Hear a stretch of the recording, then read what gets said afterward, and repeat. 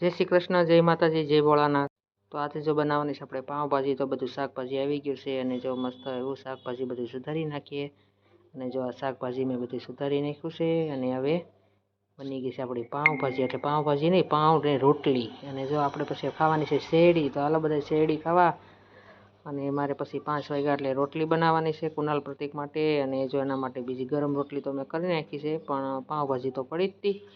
તો બે ભાઈ જમી લેશે અને જે મારે બધું ઘણું બધું કામ છે અને મારે જવાનું છે અગાસીએ। જો 5:30 થઈ ગયા છે અને મારે જો આ વાસણ ગોઠવવાના છે અને હવે જઈશું ધાબે, કેમ કે આજ તો જો મસ્ત મસ્ત વ્યૂ આવે છે। તો હાલો આપણે ધાબે છે ને કોથમીર વાવી છે, હવે કેટલા મણ થાય છે ને હું તમને વાત કરું। તો આવી ગયા છે આપણે ધાબે, કપડાં તો સુકાઈ ગયા છે અને તમને જો શેત્રુંજી ડુંગર દેખાડું। જેવો અમારો શેત્રુંજી ડુંગર છે અને કેટલા મણ કોથમીર થઈ છે। અને કોથમીર જો કોઈને જોતી હોય તો બધા લઈ જજો, કેમ કે મારે અહીં હમાતી નથી, ક્યાં મારે નાખવી એમ થાય છે। પણ મફત નથી દેવાની હો બધાને, પૈસાથી જેને જોતી હોય એને જુઓ પૈસા ही पैसा होगा, ક્યાંય હમાતી નથી, જોઈ લો।